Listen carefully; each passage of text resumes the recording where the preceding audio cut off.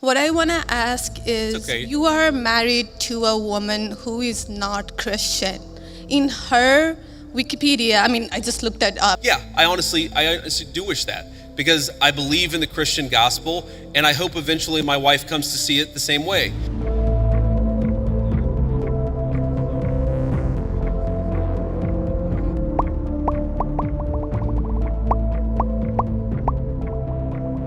What I want to ask is, Okay. you are married to a woman who is not Christian.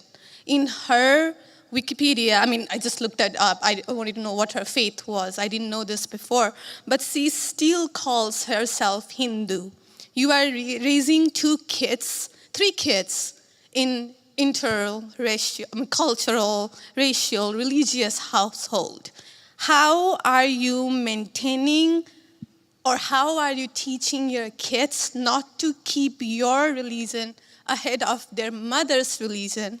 Or how are you teaching them that your kind, they're that kind who got here just few years or few decades ago, is different or is better than your mom's kind who got here just a generation before?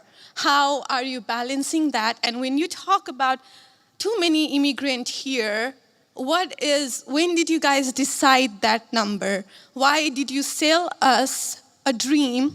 You made us spend our youth, our wealth in this country and gave us a dream. You don't owe us anything. We have worked hard for it. Then how can you, as a vice president, stand there and say that we have too many of them now and we are going to take them out to people who are here rightfully so by paying the money that you guys asked us?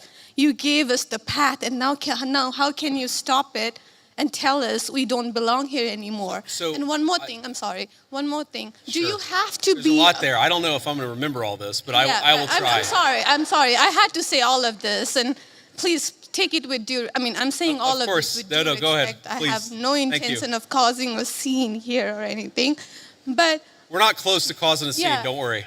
But we talked about Christianity, all of this. I'm not even Christian, and I'm here standing to so support. Why are we making Christianity one of the major thing that you have to have in common to be one of you guys, to show that I love America just as much as you do? Why is that still a question? Why do I have to be a Christian?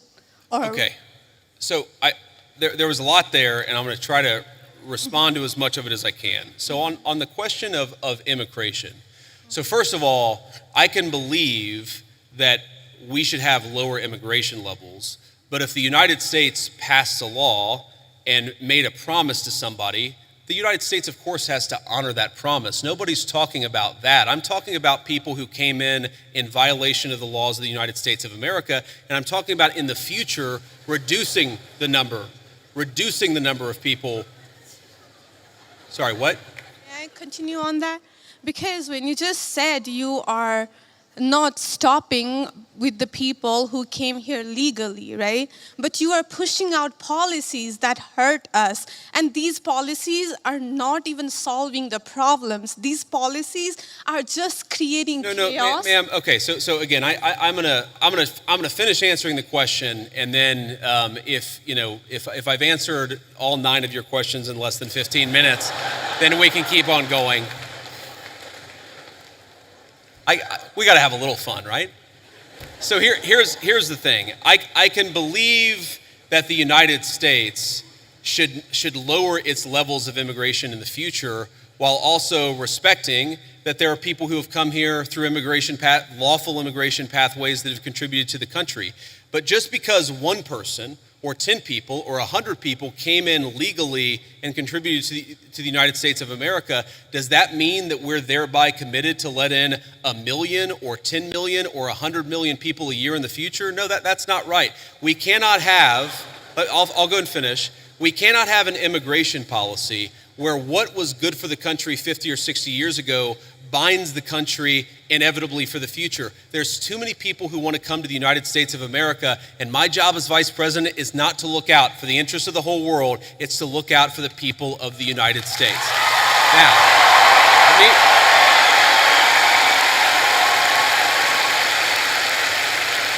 Now, you asked a personal question about our interfaith household.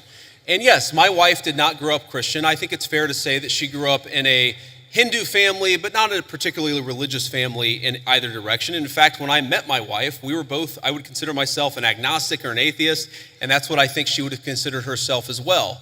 You know, everybody has to come to their own arrangement here. The way that we've come to our arrangement is she's my best friend. We talk to each other about this stuff. So we decided to raise our kids Christian. Our two oldest kids who go to school, they go to a Christian school.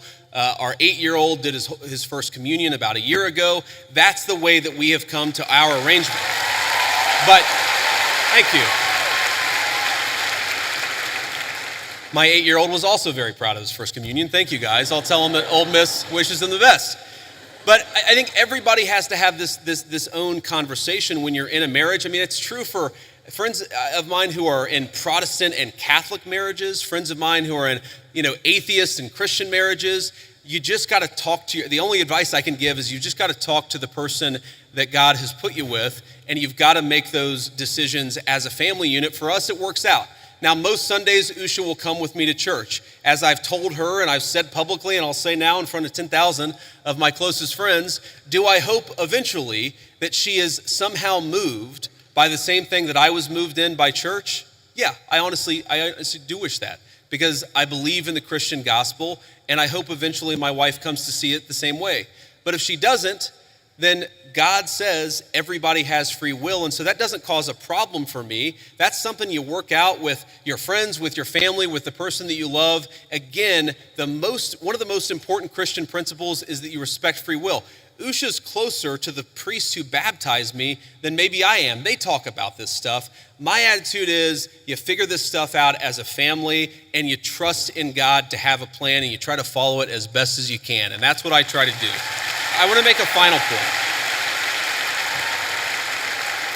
So I don't want to cut you off. I want to be respectful to all the people behind you in line, but I want to make this point about immigration, okay?